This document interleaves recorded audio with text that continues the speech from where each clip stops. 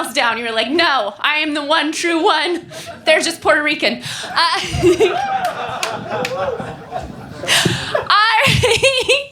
You guys, our next comic, her therapist deserves a raise. She really does. Guys, give it up for Rebecca Kovach.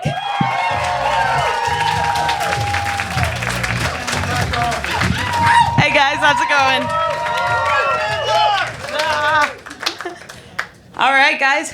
Anybody else here have a Siri that bullies them?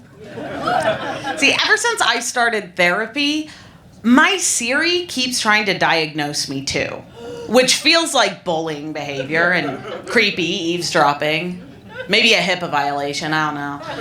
But in her latest and greatest, she's been sending me a lot of videos about radical acceptance for women in their 30s. Now, I prefer radical denial, which let me explain. I have body dysmorphia in reverse. And how that works is I look in the mirror and I'm like, who is this supermodel? I'm ready for my Victoria's Secret wings. Oksana and I are twins. But, yeah, you know it. But why are the stairs getting harder? My Siri therapist tells me it's a form of toxic positivity that I completely deny the value of a treadmill or a mirror and embrace my body and soul of a corgi. But I've noticed an unfortunate pattern lately. I'm an actor, and I keep getting cast in pre-diabetes prevention ads. And so I'm in denial. I'm like, this is just because I'm so funny and they need funny chicks. But in the latest, the casting director asks me about my personal experience with pre-diabetes. I'm like, sir, I'm not pre-diabetic.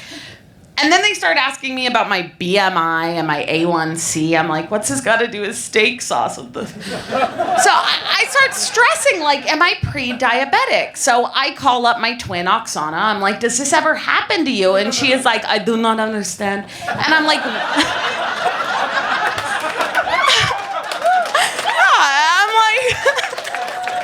I'm like, what? And she's like, lose my number. I'm like, okay. So I'm really stressing now, so I get myself my, like, comfort pint of ice cream, and I just keep eating and eating till I feel better. I actually get one of those, like, post-ice cream dizzy spells, and, you go down for a nice long nap, and shit. Guys, am I pre-diabetic? I'm sure it's nothing. I'm also a biological clock denier. Like, in my opinion, Taylor Swift is way too young for marriage. Siri tells me 36 is a completely acceptable age. Ew. I don't know, my computer keeps begging me to grow up. I'm like, conspiracy of the patriarchy, now.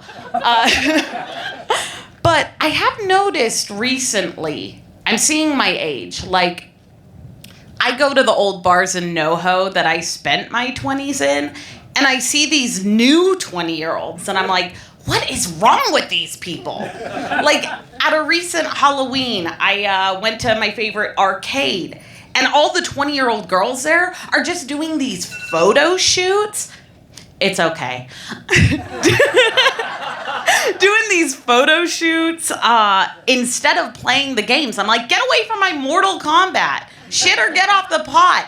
And they take this as an invitation to hand me their camera. And they're like, we're trying to take nostalgic vintage photos. They handed me my old Canon Coolpix. And they're like, this is retro. I'm like, what the hell? Are you kidding me right now?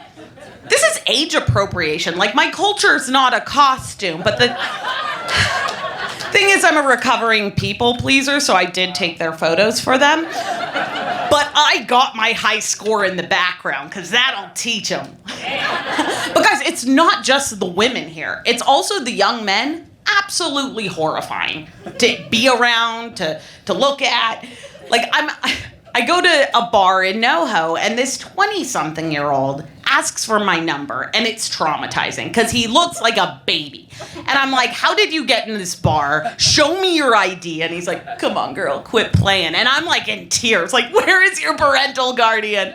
I'm like stressing out.